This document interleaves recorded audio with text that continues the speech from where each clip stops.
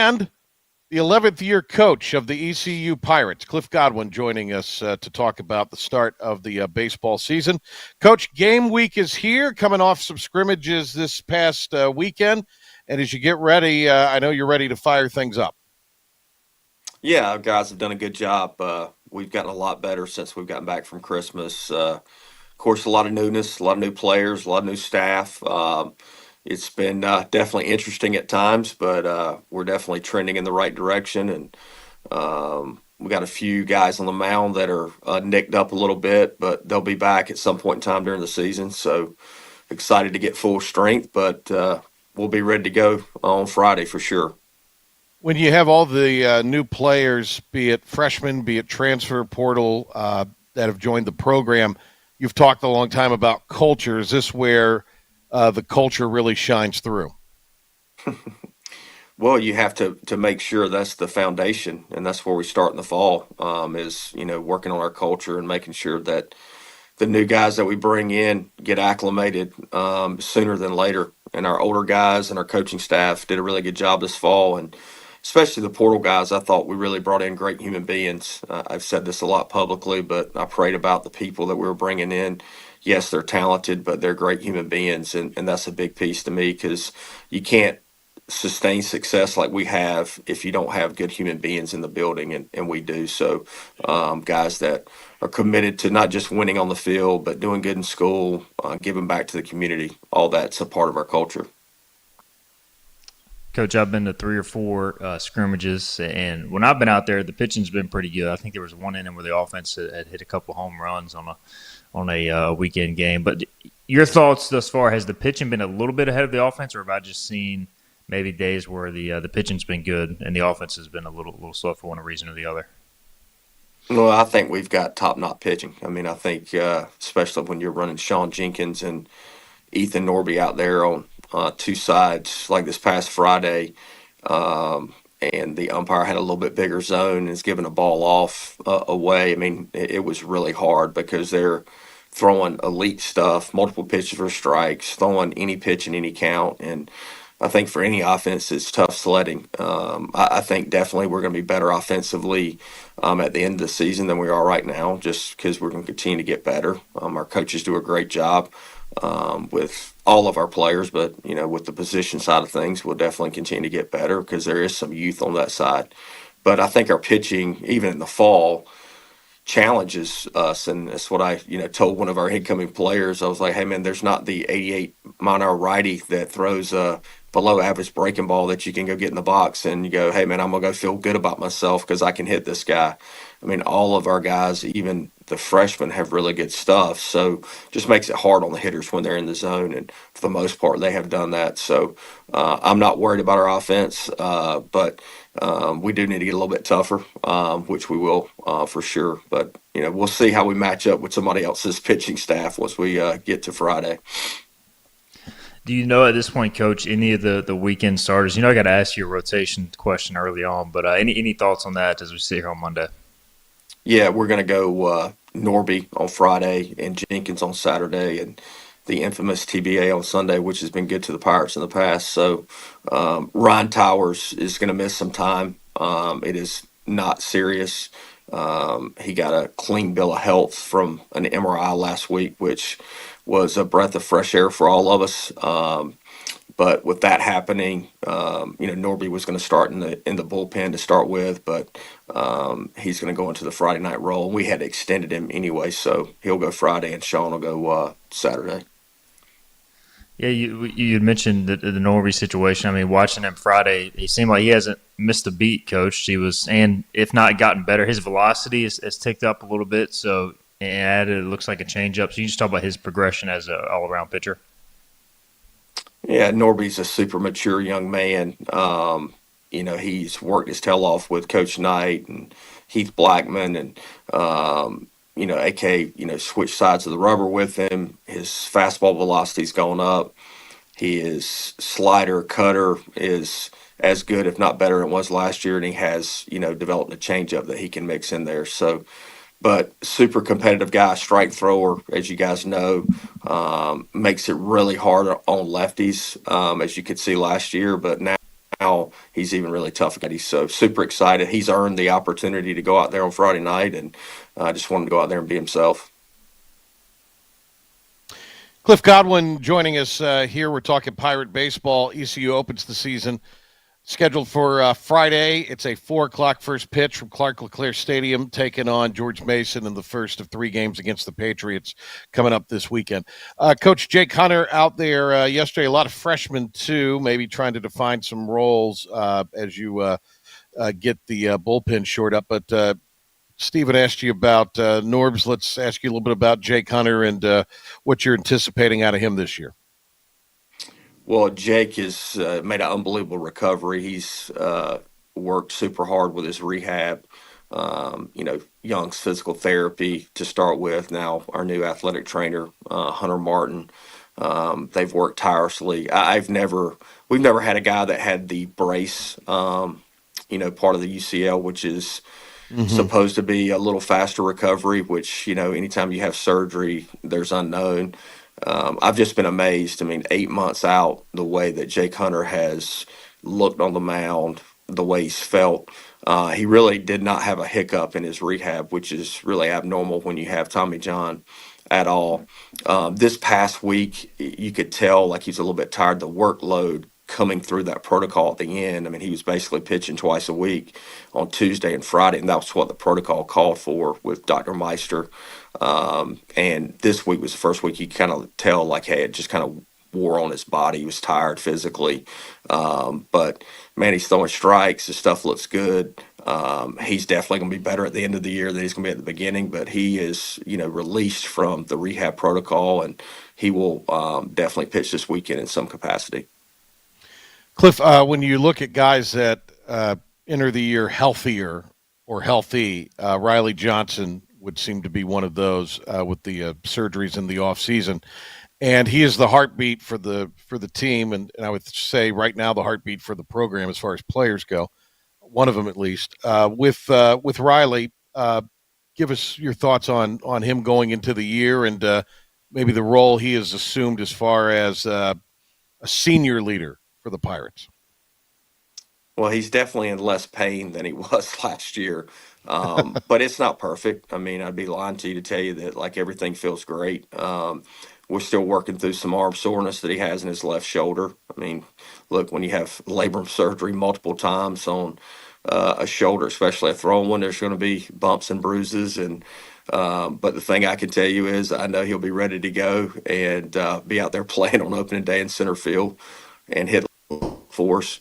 It's taking some time to get his timing back offensively, but the past, I don't know, 3 or 4 scrimmages, he's looked back to himself, swinging the bat wise and just getting his timing down and seeing really good pitching. And he's still really fast, so that's a good thing.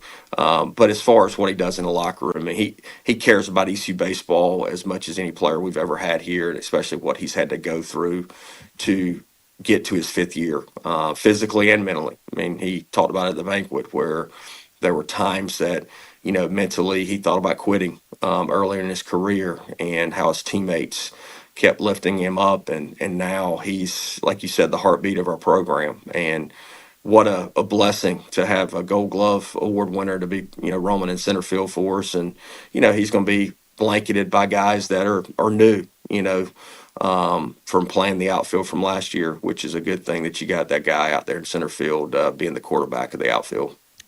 Yeah, absolutely. Dixon Williams, is the plan still to move him to second? And what kind of year do you think Dixon is poised to have?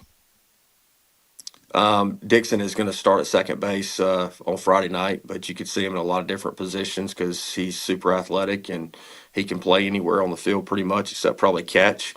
I'm expecting Dixon to have a big year because he's super talented. But I just would, make sure the fans that thought he wasn't playing well early in the season when he was smoking the ball everywhere, and everybody wants to look at batting average to make sure you're just watching the game and how hard he's hitting the ball. Because by the end of the year, he was one of the best players in the country and had a great summer. So we're super excited for Dixon and what he can do. I mean, he can run, he can hit for power, plays great defense, so brings a lot of value to our program. Cliff, watching Walker Barron, in the preseason, seems like he's made huge strides. Like you guys, to me, coach catching as well as any staff in America. Not that I'm out there watching other practices across the country, but just your thoughts on Walker's progression. And I know he'll have some big shoes to fill, but he seems like he's stepping in that right direction at catcher thus far.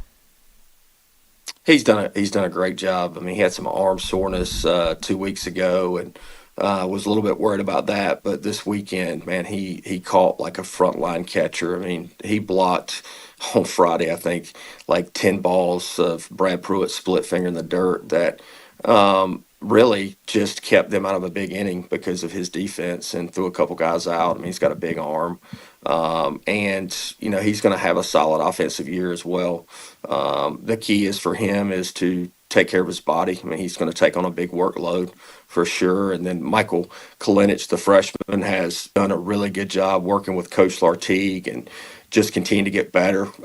In the fall, I wasn't sure if he'd be able to get back there. He swung the bat pretty good, but just the overall package defensively, and they've worked tremendously hard day in and day out to just continue to bring him up to speed, and he'll definitely catch some as well. So definitely happy. And you're right. I mean, I do think that we coach catchers as good as anybody. I mean, you got Coach Knight, who was a catcher, Coach Blackman, who was a catcher, Coach Lartigue was a catcher, I was a catcher. So I definitely think they get a ton of knowledge, and if they want to work at it, they can definitely develop into being a guy that can be a premium catcher.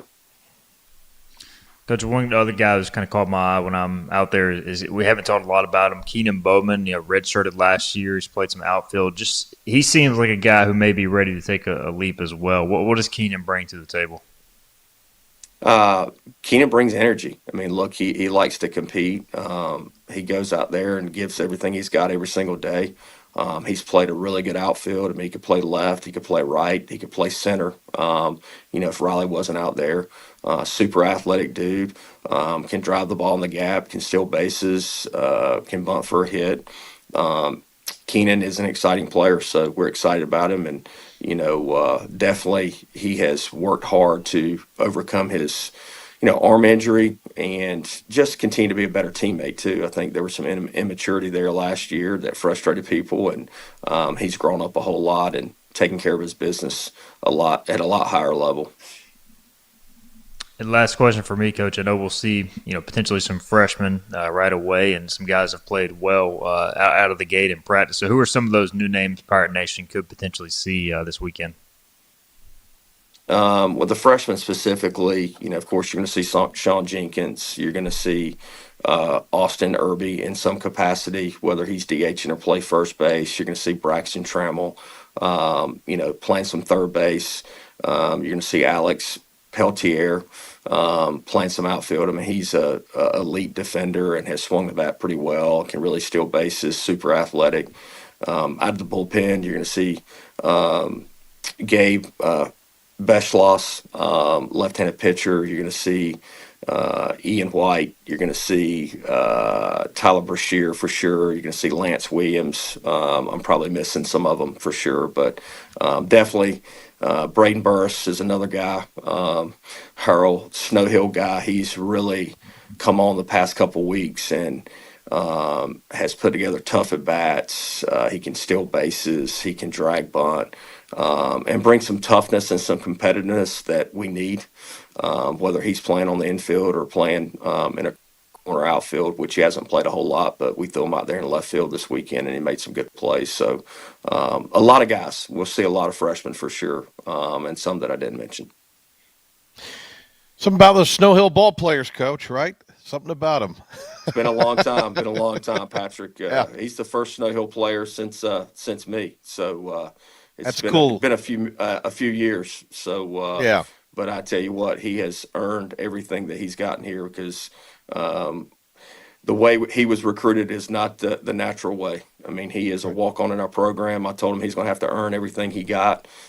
His dad and I were teammates at Green Central High School, and I told his dad the same thing, and I told Braden not to ruin his dad and I's relationship by coming here and not working hard, and he has not done that. So that's a positive. That's awesome. Yeah. Coach, let me ask you a little bit about left side of the infield. Is Alex Boucher, are you still pleased with where he is. And where do you think maybe he's a little different? He had a great freshman year at ODU.